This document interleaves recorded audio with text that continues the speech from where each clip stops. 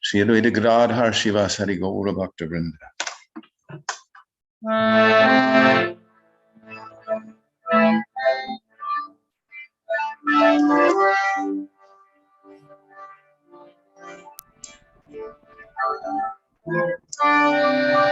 Hare Krishna, Hare Krishna, Krishna Krishna, Hare Hare, Hare Rama, Hare Rama,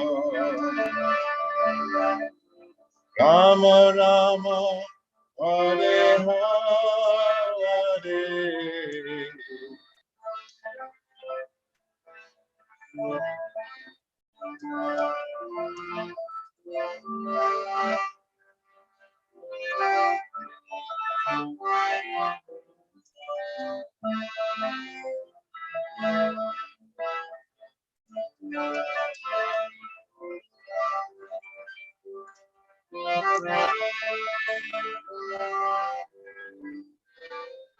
Hare Krishna, Hare Krishna, Krishna Krishna, Hare Hare, Hare Rama, Hare Rama, Rama Rama, Hare Hare, Hare Krishna, Hare Krishna, Krishna Krishna, Hare Hare, Hare Rama, Hare Rama, Rama Rama, Hare Hare, Hare Krishna, Hare Krishna, Krishna Krishna, Hare Hare, Hare Rama, Hare Rama, Rama Rama, Hare Hare, Hare Krishna, Hare Krishna, Krishna Krishna, Hare Hare, Hare Rama, Hare Rama, Rama Rama, Hare Hare, Hare Krishna, Hare Krishna, Krishna Krishna, Hare Hare, Hare Rama, Hare Rama, Rama Rama, Hare Hare, Hare Krishna, Hare Krishna, Krishna Krishna, Hare Hare, Hare Rama, Hare Rama, Rama Rama, Hare Hare,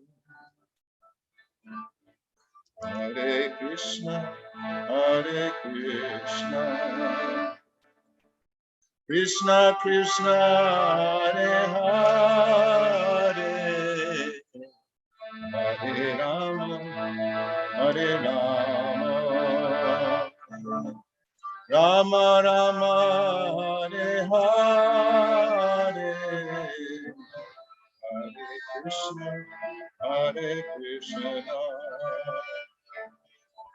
Krishna Krishna, Hare Hare, Hare Rama, Hare Rama,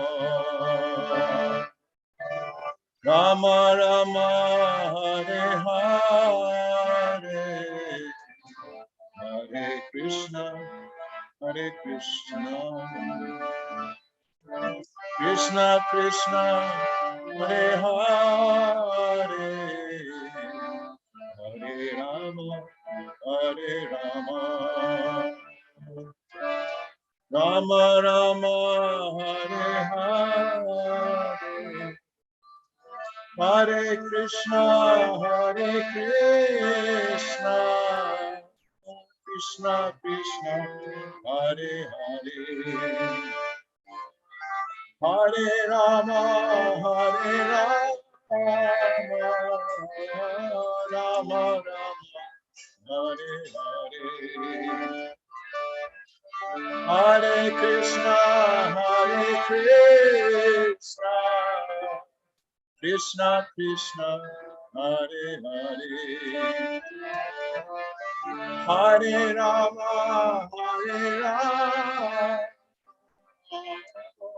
Rama Rama, Hare Hare, Hare Krishna, Krishna Krishna, Hare Hare,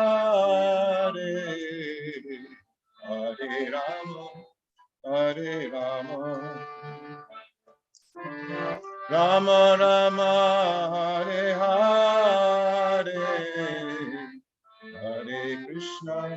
Hare Krishna, Krishna Krishna, Hare Hare, Hare Rama,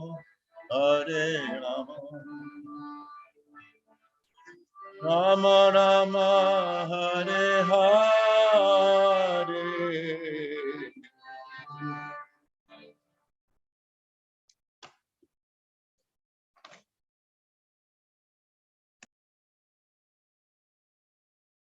Jai Om Vishnupad Paramahansa Pariprajaka Ashtottara Sutashri Srimad A.C. Bhakti Vedanta Swami Maharaj Prabhupada Ki Jai, Ananta Koti Vaishnavrinda Ki Jai, Namacharya Srila Haridas Thakur Ki Jai, Prem Sikaho Shri Krishna Chaitanya Prabhu Nityananda Shri Advaita Gadadhar Shiva Shadi Gaur Bhakta Vrinda Ki Jai, Sri Sri Radha Krishna Gop Gopinath Sham Kund Radha Kund Giri Govardhan Ki Jai, Vrindavan Dham Ki Jai, Navadip Dham Ki Jai, Jagannath Puri Ki Jai, Ganga Mai Ki Jai, Jamuna Mai Ki Jai, Tulsi Devi Ki Jai, Bhakti Devi Ki Jai, Samaveta Bhakta Vrinda Ki Jai.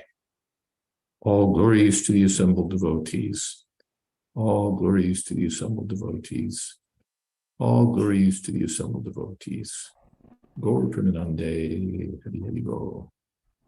Hari Hari Bol. Thank you so much, Maharaj, and thank you, Panchatattva Prabhu, for leading us in Kirtan. And welcome to everyone for Srimad Bhagavatam class with His Holiness Jayadvaita Swami.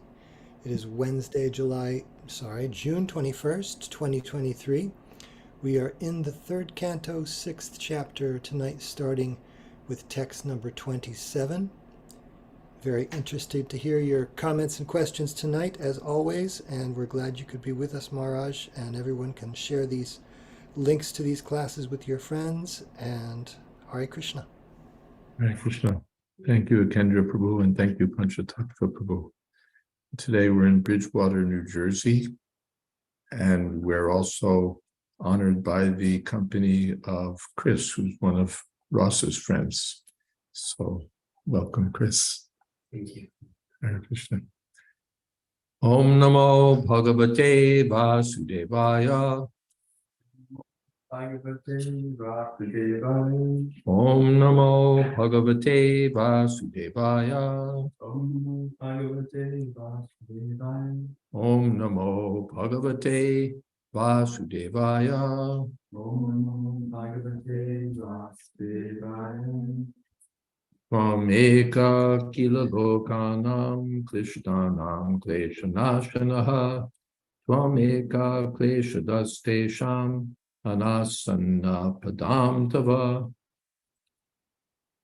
My Lord, you are the only one capable of ending the affliction of the distressed, and you are the only one inflicting agony on those who never resort to your feet. Purport. The words kleshadas tesham anasanna padam tava indicate that the Lord has two concerns. First is to give protection to persons who take shelter of his lotus feet.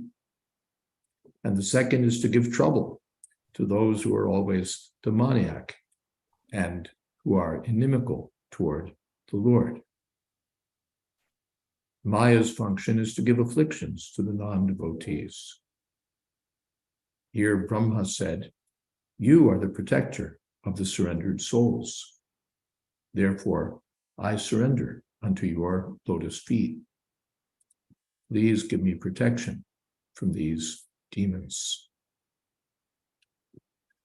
Om Agyanatimirantasya Gananjana Shalakaya Chakshun Militam Jena Tasmai Shri Gurave Namaha Shri Chaitanya Manopistam Sthapitam Jena Bhutale Swayam Rupakada Mahyam Tadhati Shapadantikam Vandeham Shri Guru Shri Jatapadakamalam Shri Gurun Vaishnavanscha Shri Rupam Shagrajatam Shahagana Lagayatan Vitam Stam Sajivam Sadvaitam Savatutam Pradijana Sahitam Krishna Chaitanya Devam Shri Radha Krishna Padan Shahagana Lalita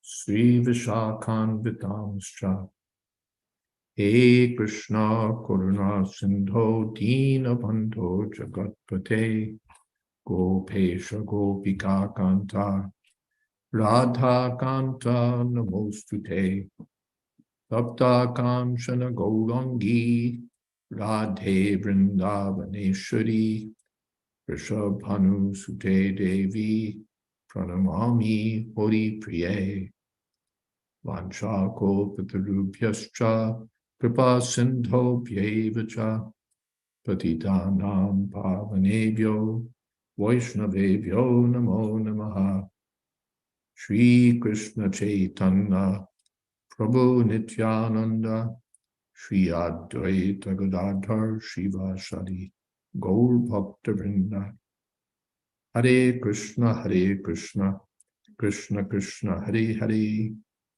Hare Rama Rama Rama Hare Hare. Well, we're all glad that Krishna ends the affliction of the distressed, but the description of him inflicting agony on those who don't surrender to him sounds terribly reminiscent of the biblical God at his worst, in his most oppressive form, as what one commentator called a cosmic bully. So that deserves some discussion. Twameka kila lokanam klishtanam klesha nashanam. That's the good side. He frees. There's so many miseries in the material world. They're described as threefold miseries: those from the body and mind, those imposed by nature, and those imposed by other living beings, human beings, viruses, what have you. So when one surrenders to Krishna, Krishna frees one from so many miseries. But Twameka, you're also the one who inflicts distress on those who don't take shelter of your feet. So it seems here that Krishna is terribly partial and, what should we say, perhaps egotistical. He wants you to surrender, and if you don't, he's going to beat you up. But first of all, there's a line here in Prabhupada's purport. Maya's function is to give afflictions to the non-devotees. Maya means the material energy, the energy of nature. And Vishwanath Chakravarti Thakur comments on this by saying, you do so in the form of time, karma, malefic planets, negative celestial influences, and so on. In other words, you take shelter of me and I'll free you from all miseries, and you don't take shelter of me, good luck. Good luck. Good luck means that still it's Krishna who's in control. We don't get Krishna off the hook so easily by saying Maya is doing it, material nature is doing it, because Krishna says in the Bhagavad Gita, I'm the controller of Maya. Maya Jakshena Prakriti Suyate etc. Maya is working under my direction. So still it's Tvameka, it's you only, Krishna, who are inflicting miseries on these people. So what can we say about this? One thing is that as much as we recoil at the idea of a God who inflicts punishment on the iniquitous infidels, we also expect it or want it. We don't expect that, we don't think it's fair that a Hitler or a Pol Pot or one of those people should just be treated the same way as everyone else, that these despots and murderous people should have the same fate as the good guys. That would seem, you'd hold Krishna responsible for that also and say, what are you doing?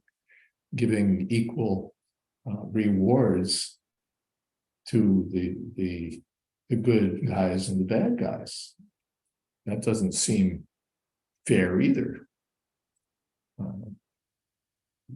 So that's the first thing, that if there's supposed to be, if God is just, then there ought to be different treatment to people according to what they do. The next thing is, so that's one point. And another point is that in one place, the Prabhupada said, our man is the architect of his own fate. I think that's the proverb that he's quoting or paraphrasing. And person who goes to prison for robbing the bank is not the victim of a vengeful state. It's not that the state is looking for to have robbers so that we can put them in jail and gloat over their suffering. But they know the law, they choose to break it. Now who's responsible for their suffering? They're responsible. They're warned, they know, still they do it. So is it that the state is just nasty? The state would rather see them go to college than to jail.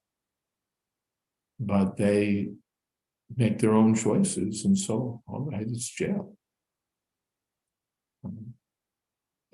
Even, looking apart from sort of legal analogies, we overeat, we suffer. It's our karma. It's our choice. We ate too much. Now we have to deal with it. We acted against the laws of nature, so we have to suffer. We messed around with the wife of the heavyweight wrestler. Now we're going to get a heavyweight boxer. Now we have to be in fear. It's not that nature is somehow or other singling us out, but you do such a stupid thing, you have to get the results for it. So Krishna is acting through the material nature And he directly says nature is a source of trouble. Nature is a source of trouble. And very difficult to overcome. So Krishna advises, take shelter of me, I'll protect you from all of that. Mam eva prapajante, mayam etam tivantate. So the offer is there, but if we forego the offer, then we're on our own. And we have to hold ourselves responsible for the trouble that we may have to endure. So it is Krishna. He is the one who imposes trouble upon those who take shelter of the material nature. And he is the one who gives protection to those who surrender to him. In Bhagavad Gita, Samoham Sarvabhuteshu. I'm equal to everyone. Name dveshosti na priya. I'm not, no one is especially dear to me. No one is my enemy. It said the moon shines even on the house of the low-born person. The moon is equal to all. The sun is equal to all. It doesn't care if you're rich or poor, it'll give you sunshine. But if you board yourself up in your house, then don't blame the sun for not giving you heat and light. It's our choice. Now, there's some comments. Tosi Priya said, that's exactly what I was thinking. This sounds more like angry Jehovah, not so much like sweet Krishna. It kind of pulled me up short. Yeah, that is Krishna. And his nature is sweet, but he is in charge of everything. But still, he invites us.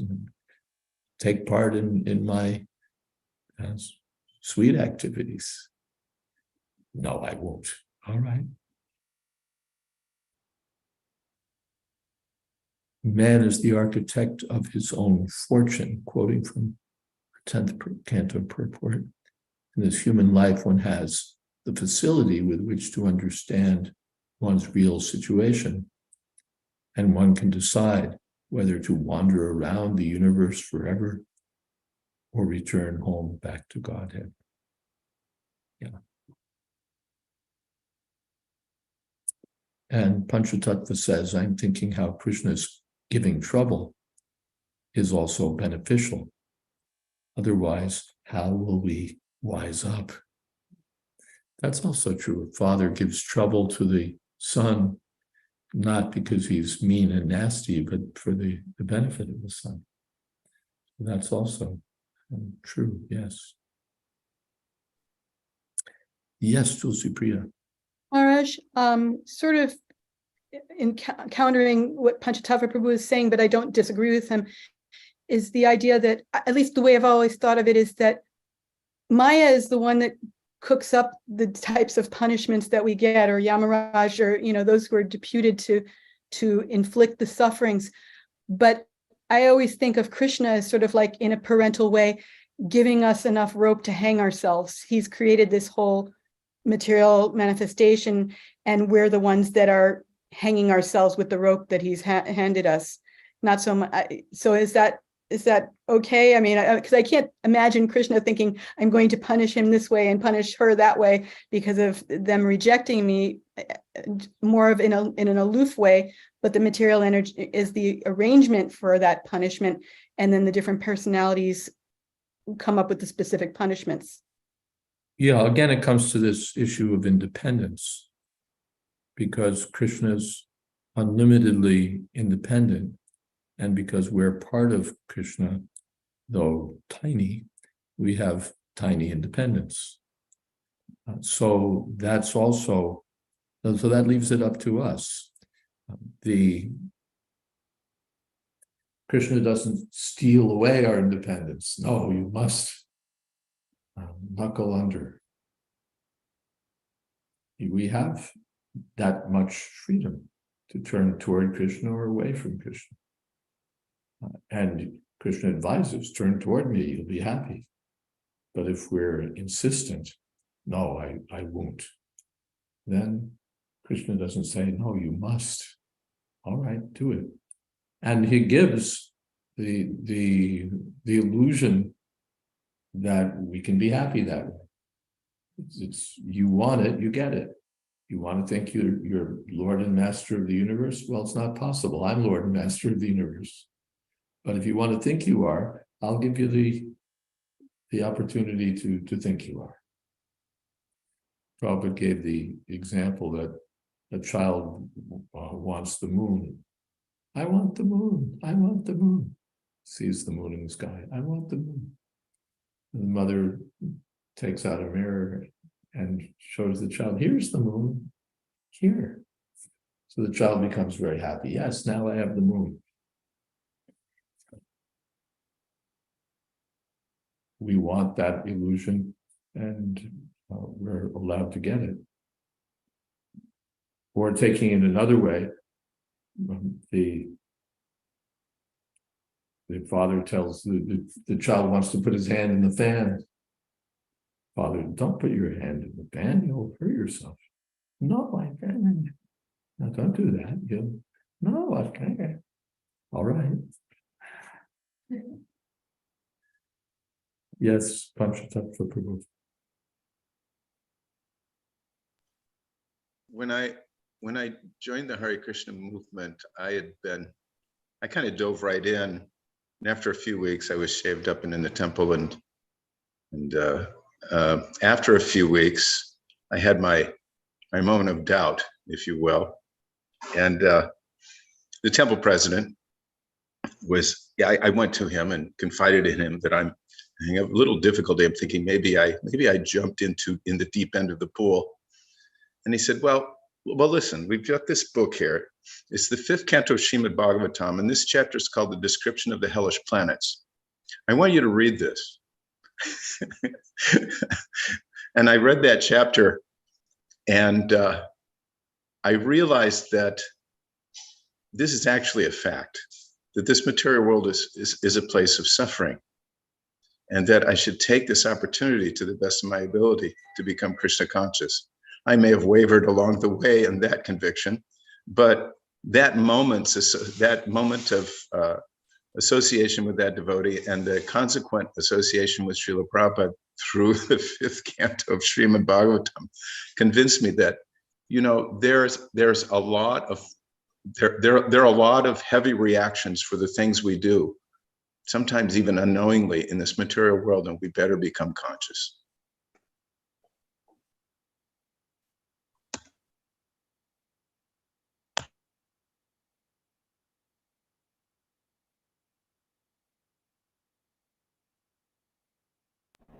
Maharaj, you're muted. Yeah, okay, there we are. Muted by another way. Taking things from another point of view, the description, or taking things further, the description of hellish worlds is not just a mean religious threat. Prabhupada points out in Srimad Bhagavatam, Kapila Dev points out in 3rd canto, that even in our experience, there are hellish and heavenly realms. People want to go to Hawaii, they want to go to Fiji, they want to go to someplace idyllic. And there are such places where you can just pick the coconuts from the trees and enjoy the sunshine. And then there's places like, at the moment, Kyiv, for example, or other places in Ukraine where at any moment you may have your head blown off, or your we won't get into vivid descriptions of what might happen to you, but it could be pretty hellish. So these places are not just allegorical, they're within our experience. Just going back in history a little bit, because who knows what's going on in Ukraine, but sort of we've all been exposed to, at least my generation, some of the things that went on in Vietnam. And we know that was intensely painful and involved so much misery.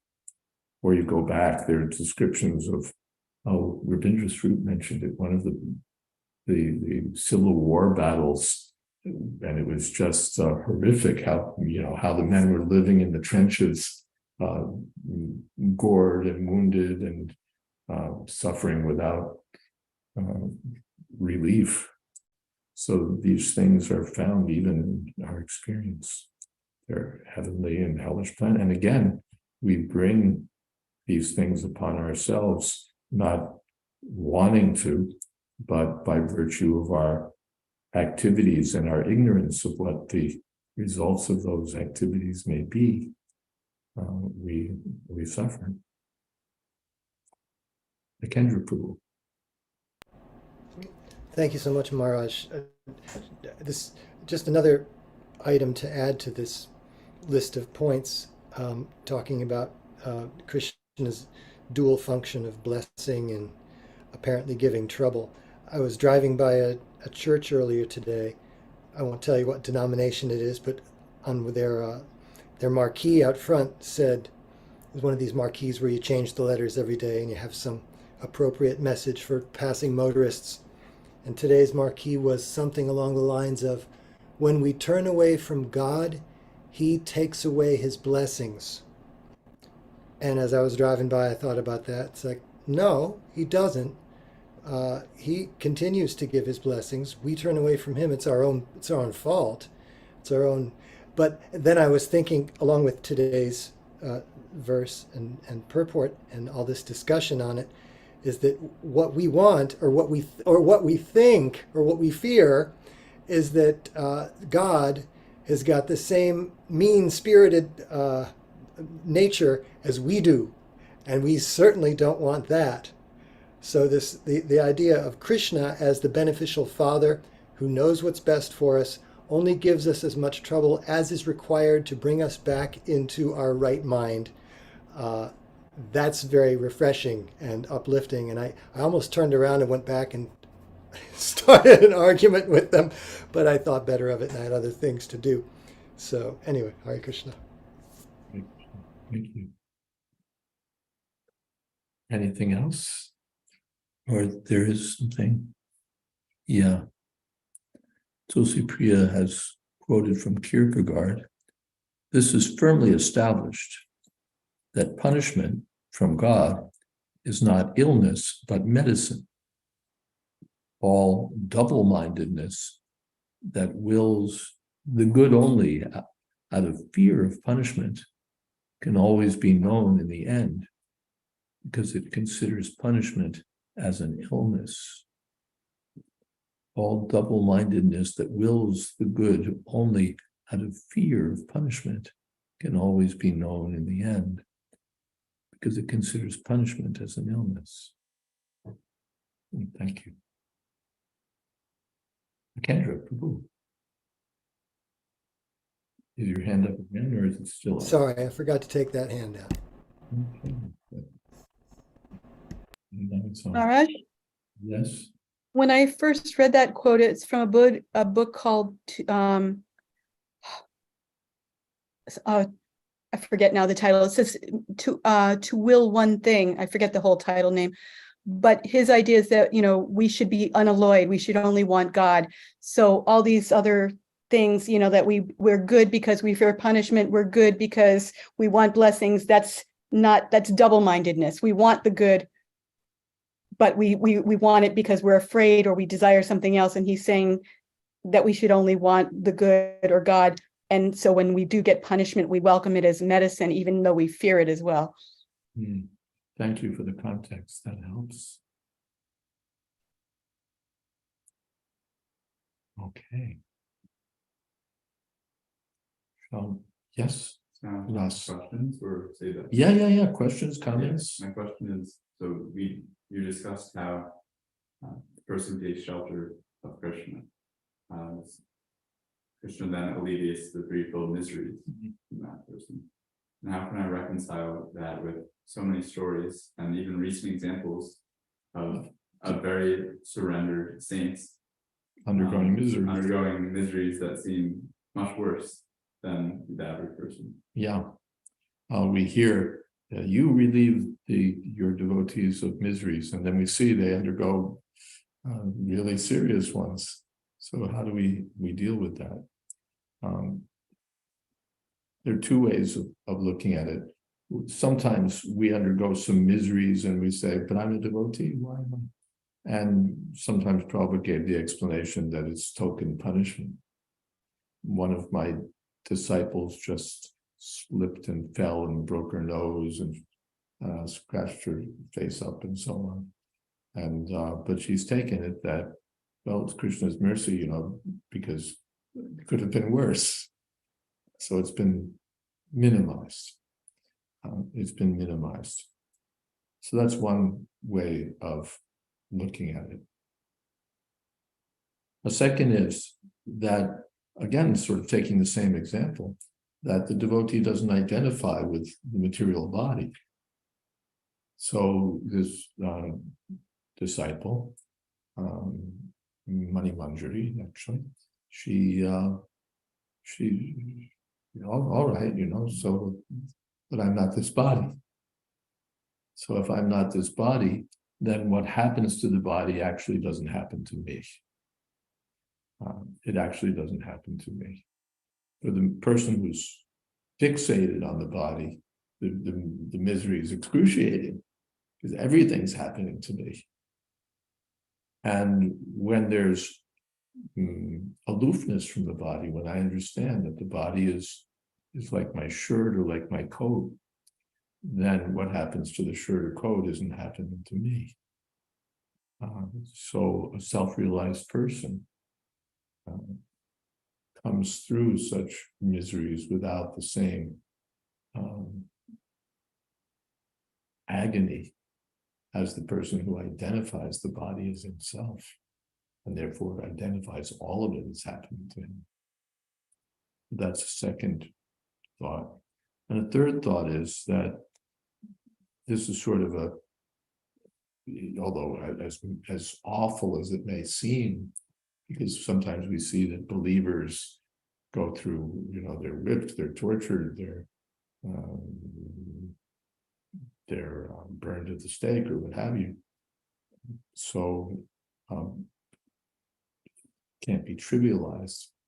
But on the other side, that's like one moment in eternity. And after that, they're freed from material existence.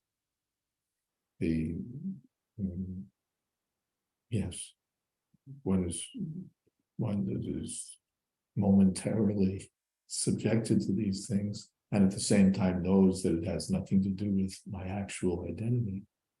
And then one's promoted from material existence altogether. Okay. Make sense? Yes. Good.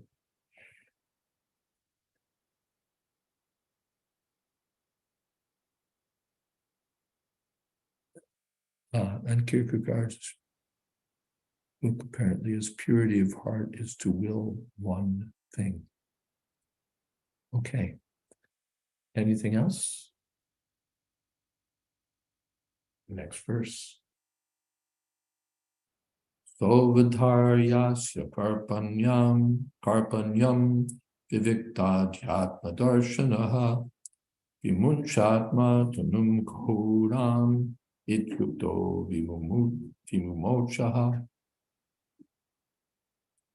The Lord, who can distinctly see the minds of others, perceived Brahma's distress and said to him, "Cast off this impure body of yours." Thus commanded by the Lord, Brahma cast off his body. Purport.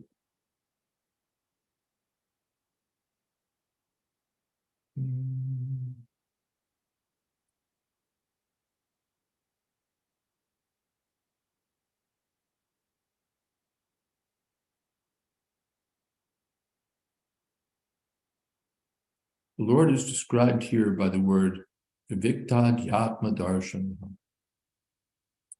If anyone can completely perceive another's distress, without doubt, it is the Lord himself. If someone is in distress and wants to get relief from his friend, sometimes it so happens that his friend does not appreciate the volume of distress he's suffering. But for the Supreme Lord, it's not difficult. The Supreme Lord, as Paramatma, is sitting within the heart of every living entity, and he directly perceives the exact causes of distress. In Bhagavad Gita, the Lord says, Sarvasya chaham hridi sannivishtaha. I am sitting in everyone's heart, and because of me, one's remembrance and forgetfulness occurs. Thus, whenever one fully surrenders unto the Supreme Lord, one finds that he is sitting within one's heart. He can give us direction, how to get out of dangers, or how to approach him in devotional service.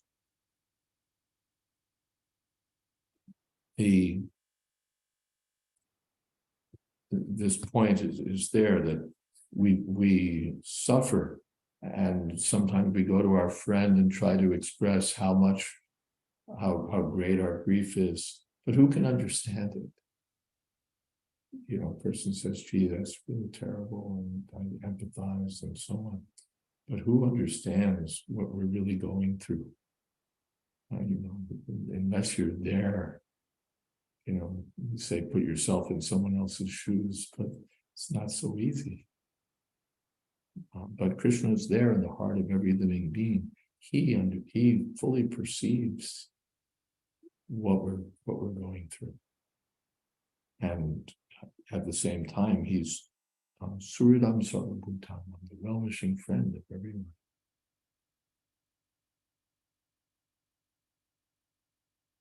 So if we're interested, he can give us direction how to make progress. The Lord, however, asked Brahma to give up his present body because it had created the demoniac principle described in previous verses. According to Jayadvaita Swami, Brahma's constant dropping of his body does not refer to his actually giving up his body. Rather, he suggests that Brahma gave up a particular mentality. Mind is the subtle body of the living entity. We may sometimes be absorbed in some thought which is sinful, but if we give up the sinful thought, it may be said that we give up the body. Brahma's mind was not in correct order when he created the demons. It must have been full of passion, because the entire creation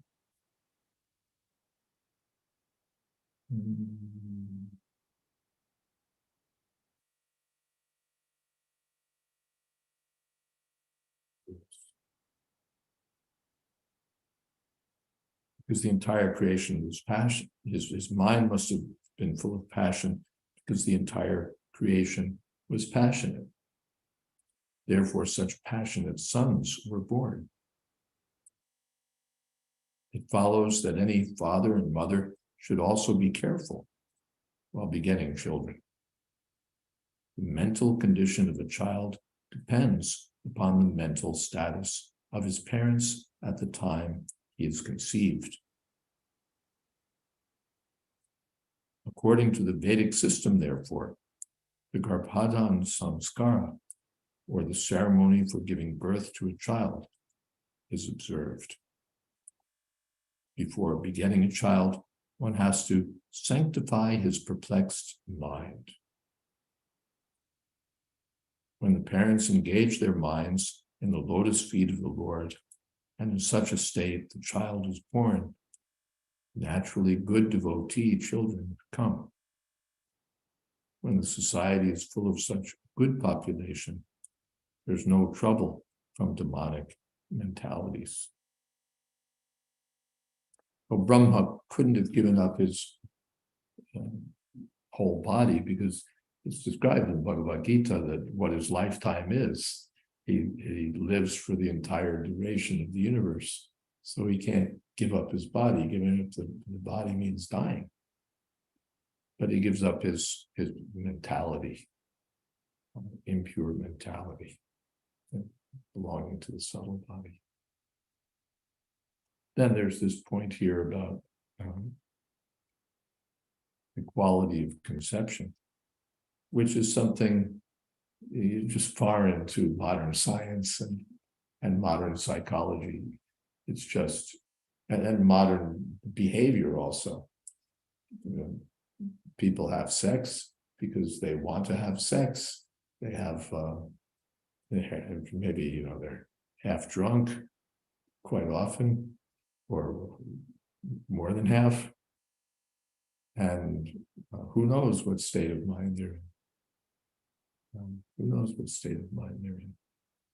And then you get children who also don't know what state of mind they're in, who are angry and frustrated and depressed and suicidal, not at birth, but developed a suicidal mentality, who are confused and just whose mentality reflects the mentality of their parents. At the time of conception, the mind is all confused. And that mentality, according to the Vedic sages, transfers itself to the mentality of the child to be conceived. And so people just have sex willy-nilly, and then they have children who are, we don't know what. But in the Vedic view, one should have sex purposefully for getting good children. And before doing so, one purifies the mind so that the children would be of a high nature. That's the Vedic science. Yes, Tulsipriya. Maharaj, I don't remember if it's explicitly stated, but when Diti was harassing Kashyapa Muni for sex, I mean, she gave birth to some serious demons. So would we say that her mentality was demoniac, or at least obviously extremely passionate, but I don't recall it being said that she was of a demoniac mentality. No, not a demoniac mentality, but certainly, as you said, passionate and, what should we say, unwilling to listen to sensible guidance about what to do and what not to do. It's kind of frightening to think of the implications. Yeah. It's frightening to think about it and frightening to see. Yeah. The world is not nice. It's not that it's populated just by wonderful people who's characterized by goodwill, peacefulness, generosity, kindness, calmness, high-mindedness. That's not the world. That's not the world. Not now. There's so much just absolute meanness out there, from starting from childhood, bullies and all sorts of creatures, children who are messed up and ready to mess up other children, and they grow up and get more messed up and mess up others more. And they come to adulthood, and then they, get power. Some of them, and they can mess up the world on a corporate scale, global scale. What does it take to do some of the abominable things that we find powerful people in the world doing? What does it take? It takes a viciousness that is practically beyond our knowing. So that's and where are they coming from? Where are such children coming from? In the Vedic culture, they were so careful about conceiving children, about bringing children up in an atmosphere, a godly atmosphere, so that they would be godly children and godly adults. And absent that, people don't know what they are or what they should do, and they have no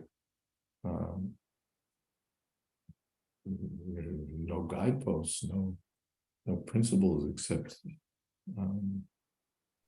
what they can come up with, or what the people misleading them come up with. They get their direction from teachers who are as confused as they are or more. They get their direction from Facebook and Instagram. These are not perennial sources of wisdom. And from what we understand, it's not that the best in people rises to the top on Facebook. The news from people involved in the platform and running the platform is that the algorithms bring conflict to the top, not because they're written that way, but because that's what draws involvement. So, and that's where we go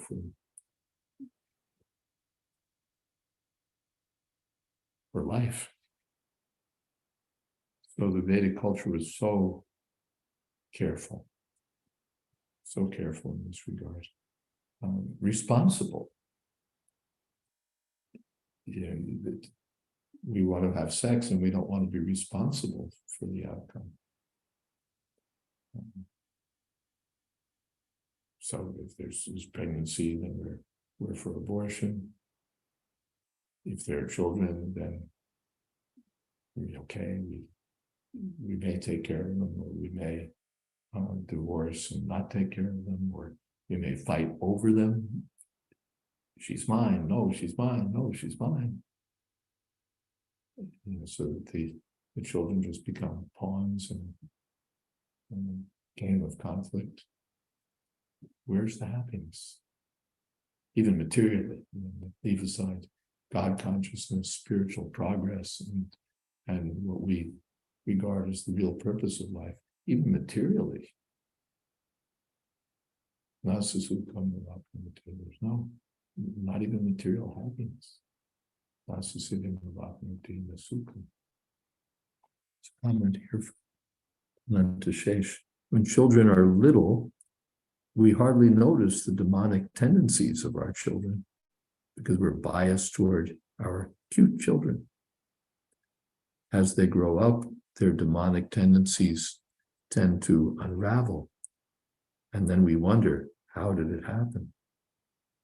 Yeah.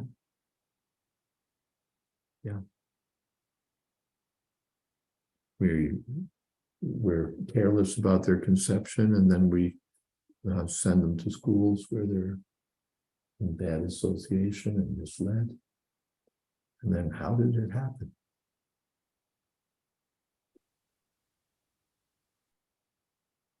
There was a film, Panchatattva says, about social media called The Social Dilemma. one after another, the pioneers of social media said they were trying to keep their children away from it because it's so toxic. Yeah. Tulsi Priya, I've wondered if it would be an interesting kind of bridge preaching to teach couples wishing to conceive about how to have a godly child. Start them chanting and taking prasadam and instruct them in the other aspects of sadhana bhakti, but slanted toward conscious conception. People are afraid of having children because of the state of the world. But if they thought that their children could make a real positive difference, maybe they'd consider it. Yeah, it's not just a question of bridge preaching, but yeah, people are looking for meaning and purpose and sanity in their lives, and they listen to this and they listen to that, and they don't get the best of advice. So we have something to say about these things. If you're interested in marriage, we have something to say about what marriage is about. If you're interested in conceiving children, we have something to say about that. Bringing up children, we have something to say. So it's worth putting out there. Yeah. Yogananda says that sometimes the chanting of 50 rounds doesn't seem to result in godly children. Yeah. So how do we explain that? Someone chants Hare Krishna for several hours before conceiving a child, and then the child is doesn't seem so godly. How do we account for that? There are different ways to account for it. Maybe the quality of our chanting is not so great. We were distracted. We were thinking of this and that and the other thing. Maybe if you'd seen the child that otherwise would have been born, it would have been far worse. That's also possible. Or it's also possible that something good got spoiled. You carefully conceived a child, you had a nice child, and then you let the child, what's the word?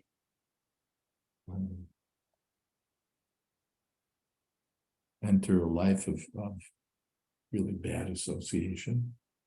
You send him to school where he gets all the demonic association. I don't need to say every kid in school is demonic, but so many materialistic, nasty influences are there in the public and private school systems. So something good can also be spoiled. It's not that you just have a godly child and that's it, guaranteed now he'll be Prahlad Maharaj, he'll be a great saint.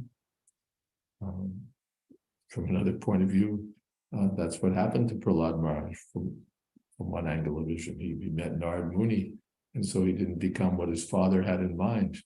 His father had in mind that he'd be a great materialist, but by the association of devotees, he became a great devotee. So it can work both ways. A person born with a confused or demonic nature can be uplifted by divine association, or a child born in divine association can be spoiled by bad association. So such great responsibility lies with the parents. It's not that we can just have a great kid and then that's it, done. There's such a weighty responsibility that belongs with parents.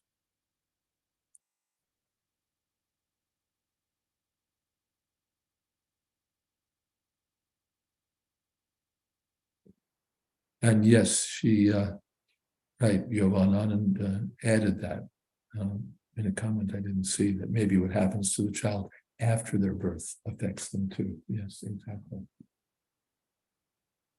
Tulsi Priya says, a materialistic child then becomes the instrument of the parents' detachment from material life.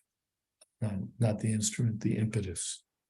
Materialistic child then becomes the impetus for the parents to say, yes, that happened in the case of Maharaj Anga. He got he was a great soul or devotee, but his wife was of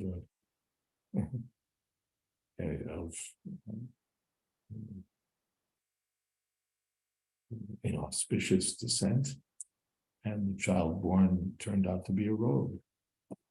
And the father tried to help him, tried to bring him to the right point, but the child was vicious. And the father tried and tried. Finally, one night, in the middle of the night, he thought, no, actually, this is good. I was hoping that the child would be good, but a bad child can be an impetus for spiritual realization. He just left home in the middle of the night and took to a life of renunciation and dedication. So yes, that can be there also. And then Brutus. Tulsi Priya's idea is wonderful if a preacher is lucky enough to find parents who will listen. It's unfortunately rare to find persons who put quality time into thinking about their parenting. Maybe I think everyone's aware that one needs a license to drive in our society, a license to own a gun or even a dog, but no one needs a license to become a parent. Yeah. Well, I don't know that having the state enter into these things would improve matters, but certainly we need to recognize how important a responsibility it is. We're at the end of our time, so I wonder who'd like to lead Kirtan.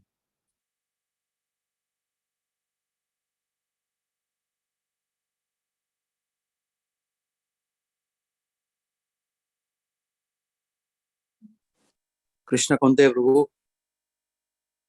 Do you want to lead Kirtan? Yeah. Okay, we have a local, yes? Oh. Okay, just like about 3 minutes, 5 minutes. No. Okay, we have a local leader here. Let me adjust the sound so that we can. We've got a Mridanga, we've got a Kirtaniya.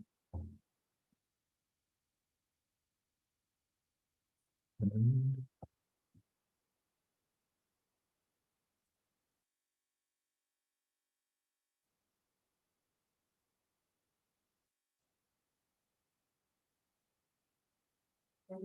we're ready. Namo Vishnu Padaya Krishna Prasthaya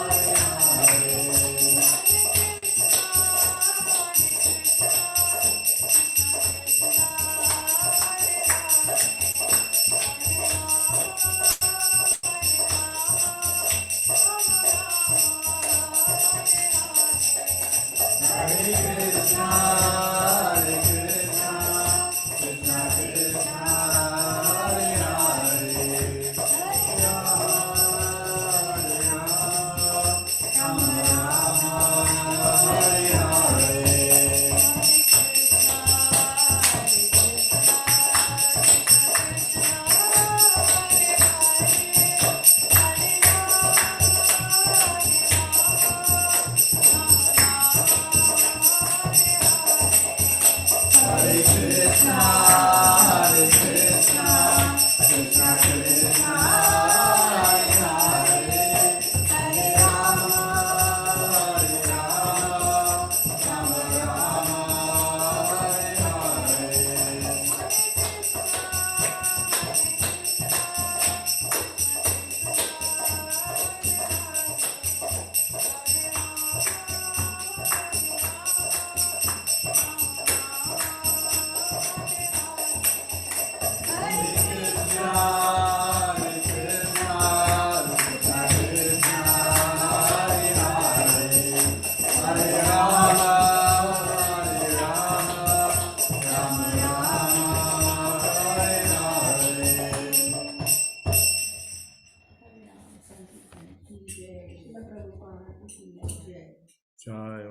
Srimad Gunman Supari Prajapacharya Stotra Shri Srimad A.C. Bhakti Vedanta Swami Maharaj Prabhupada Ki Jai. Ananta Koti Vaishnavrinda Ki Jai. Namacharya Srila Haridas Thakur Ki Jai. Prem Kaho Shri Krishna Chaitanya Prabhu Nityananda Shri Advaita Gadadhar Shiva Shadi Gaur Bhaktivinoda Ki Jai. Sri Sri Radha Krishna Gopinath Sham Kund Radha Kund Giri Govardhan Ki Jai. Vrindavan Dham Ki Jai. Navdeep Dham Ki Jai. Jagannath Puri Ki Jai. Gangamai Ki Jai. Jamunamai Ki Jai. Tulsi Devi Ki Jai. Bhakti Devi Ki Jai. Samaveta Bhakta Vrinda Ki Jai. All glories to the assembled devotees. All glories to the assembled devotees.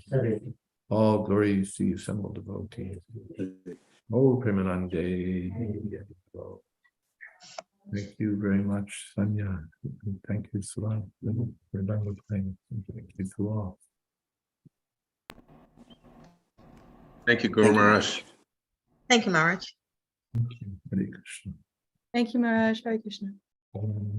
Thank you, Maharaj. Hare Krishna. Hare Krishna, Shaitan. Jai Maharaj, thank you. Thank you. Thank you, Haridas, Meena, Kendra, Tulsi Priya, Mahesh Pandit. Thank you to all. Thank you everyone for being here. And thank you especially Maharaj. Srimad Bhagavatam Ki Jai. Srila Prabhupada Ki Jai. Jayadvaita Maharaj Ki Jai. Jai. Samaveta Bhakta Vrinda Ki Jai. Premanande. Haribol. Look forward to seeing you all tomorrow night for Chaitanya Charitamrita class. Thank you very much and good night. Hare Krishna. Hare Krishna. Hare Krishna.